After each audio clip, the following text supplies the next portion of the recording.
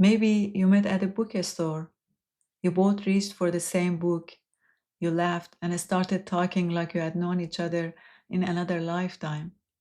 Or maybe it was in a party, crowded room, music loud, but somehow in the middle of it all, your eyes met across the noise. Something in you shifted. It felt like you had found something you didn't even know you were looking for. Or maybe it was online. A single text message turned into hours of voice messages, playlist exchanged, the warmth of being understood through a screen. You felt seen, like someone was looking into you, not just at you. And without realizing it, you started to fall, fast and deep, or maybe slowly. The beginning felt light, warm, and exciting, like laughter came easier, like future didn't feel so far, so scary. They made you feel like you mattered in ways no one else ever did. It felt like home, maybe not perfect, but safe and sometimes even magical. And if you are honest, you started to imagine the rest of your life. But then, after 7 weeks, or 7 months, or 7 years, things changed. Maybe in a dramatic way overnight, or maybe slowly, in small ways you didn't even catch at first. A colder tone, fewer touches, unspoken tension during dinner. You try to brush them off. Maybe they are tired. Maybe it's a stress.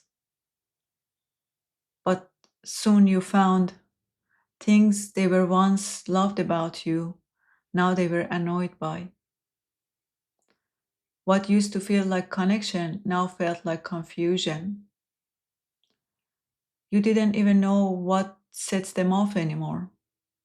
You felt like you were walking on eggshells.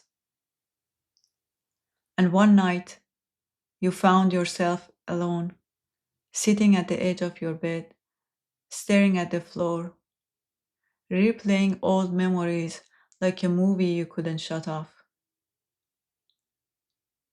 What happened? Where did they go? Was it all a lie? Did they trick you? And the hardest one to ask, did you ever really know them? In those moments, maybe you tell yourself, they must have been pretending, or life changed them, or even I fell for the wrong person. You go through every possibility. You look for every clue in the past. You try to pinpoint when it turned. But what if the truth is more subtle? What if the person you fell in love with wasn't really who they were? You see, we don't fall in love with each other's true selves. We fall in love with an image we have created of each other. And that image doesn't even match the image we have of ourselves. The image we have of ourselves is called conceptual self, a patchwork of identities we have gathered over time. From our childhood, from past relationships, from the roles we had to play to feel loved, safe, and accepted. Like the perfectionist, the overachiever, the caretaker. These identities are not like masks. They feel real because for so long we thought we were them. But they are not the whole story. They are parts of our inner family, survival strategies we mistook for our true selves.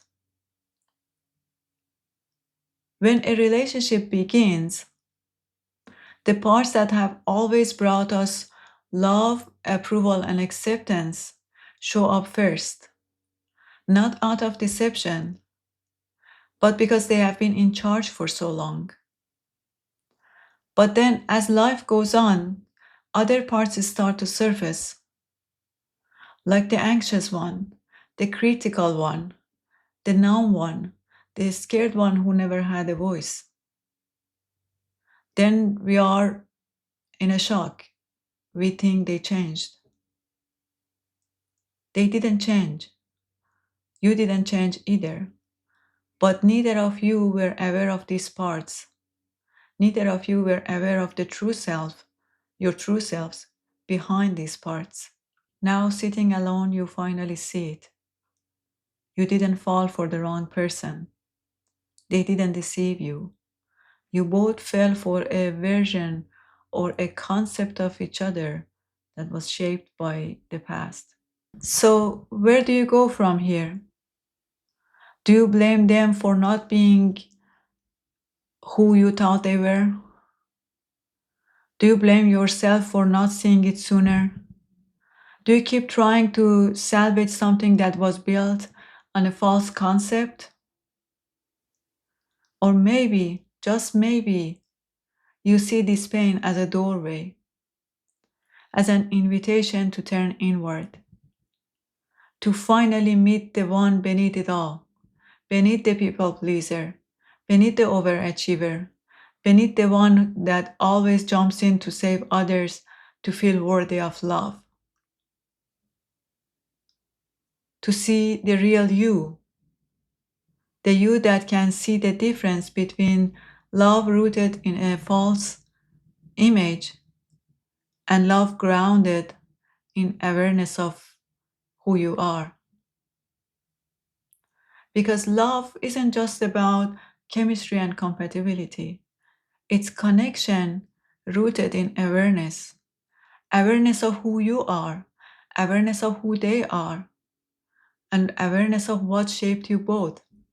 Awareness of the parts that you have exiled and then put in someone else's hands, hoping they would carry it with care, hoping they would heal them with their love, hoping they would make them whole.